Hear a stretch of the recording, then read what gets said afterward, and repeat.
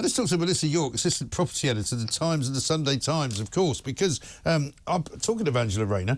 She's basically saying that she's going to take away the rights of all local councils to interfere in the planning process and to veto things. So the idea is that they're going to get rid of the NIMBYists, they say. Let's find out if they can actually do it. Melissa, very good morning to you.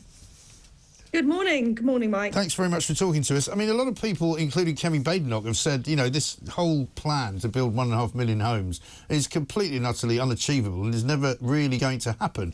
What's your view? I don't know whether it's achievable within the next 5 years, just because our planning system is kind of so incredibly slow that actually a lot of the homes would need to have planning permission already. And on average, they take between kind of 1.5 years to kind of, depending on how big they are, even up to 4 years just to get planning permission. So basically the stuff would need to have had permission even before Labour got in to get to 1.5 million homes. But certainly if you shake up the planning system, it's going to accelerate house building. And, you know, the last Conservative government built 1 million homes in 5 years. So I wouldn't say it's completely unachievable, but I think it's probably unlikely. Yes, because I think they have to build over 1,000 houses a day or something to meet the actual target itself. But what about taking the councils out of the picture, as it were? Is that going to be possible to do, or are there going to be legal ramifications, do you think? I don't think there'll be legal ramifications as such. I mean, you wouldn't be taking them out completely. It would just be for kind of bigger developments and infrastructure things that would benefit kind of the wider region. Because, of course, at the minute, you can veto it at a very local council level. I think a really simple way to think about it is the way that London works. And apparently ministers in the housing department, they kind of think that works really well. And they think that could be a model that could work nationally. So essentially, if you've got kind of a development that's more than 150 homes, for instance, or is on the green belt, or is more than 30 stories high in London, then what you do is that can bypass the local authority, because basically the mayor of London can decide to call it in as kind of a very significant development, and then they can decide to veto it or they can decide to approve it and go over the head of the local planning committee. So I know that's a very popular model at the minute with ministers, so that could be how it works nationally. So essentially, if there's going to be kind of a huge development going across kind of a few local authorities in the northwest, for example, then kind of the mayor there could call it in and say, no, actually, I think that would be good for the wider region. I'm going to approve it, even though the local council has decided against it. Right, and I'm told there's also an awful lot of development plans which have been given permission to go ahead, but nothing's really happened. So there are, you know, quite a lot of sort of, shall we say, areas that have been earmarked for development, but they just haven't really had anything start yet.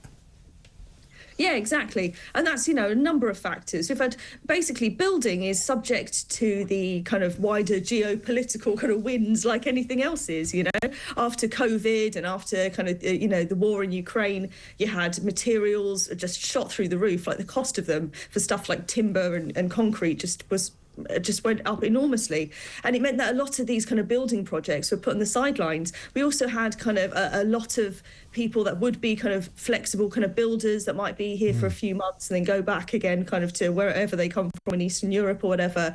Brexit as well, we've had lots of kind of people leave that could be in the labour force, you know. So we've had kind of a massive shortage of builders as well, and that stops stuff from getting built out. So yeah, some of this stuff might have permission, but actually getting it built is a huge obstacle in itself. Yeah. I think that is part of the problem, isn't it? Melissa, good to talk to you. Thanks very much indeed. Melissa York, Assistant Property Editor at the Times and the Sunday Times. Tony in Cheam says this. Hello, Mike. That idiotic climate woman must have found an electric ferry to travel on. What a bonehead. And Keith in Osmond Street. I just tried to make a doctor's appointment and was told all lines are busy and to call back later. Brilliant. Welcome to Britain. Ken's in Kent. Hello, Ken.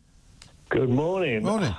No knocking Labour then this morning, but anyway, there's about 700,000 empty homes, Mike, across the UK. 265,000 of them are permanently empty. Yeah. So to say that there is not enough homes out there to be redeveloped, shall we say, or refurbished, there is now. But it goes back down to tax incentives, because refurbishing, I'm a developer, old properties are quite difficult. Yeah. Now, on new housing, most of this problem, why most of local authorities across the UK are in presumption, is because of the failure of the Tories, which run most of the councils throughout the UK up to recently. That has changed slightly. Yeah. But they did not approve sites for planning permission. And I can give you a prime example with my site down here. Right. I mean, here we were championed by them for 2 years, and then we had a political change with some NIMBY councillors, Liberals, Greens, Pinks, Yellows, whatever, come in, and then they change and override the planning officers that are paid permanent people to plan ahead for what councils need, and then you get these councillor NIMBYs who know nothing about what's going on in the real world and then ignore what the officers have planned. Now here, locally, we've had a local plan 4 times developed and 4 times it's been changed. Right. That's So the nothing's problem, actually been Mike. built then at all? Exactly, Right. and that's the problem. We've Yeah. got places all over here. Blean, we've got Bodkin Farm, Brooklands Farm, we've got Story.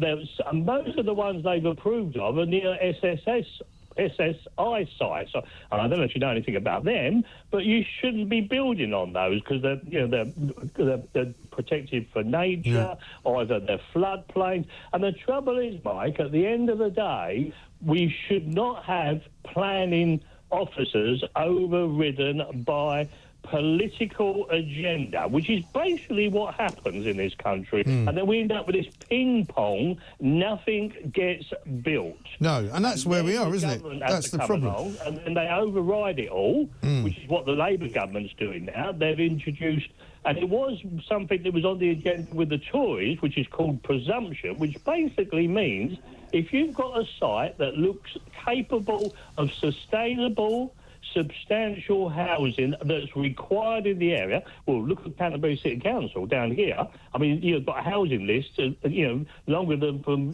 Land's End to John O'Groats, Right. and they're not building. No, and they won't build them. Right.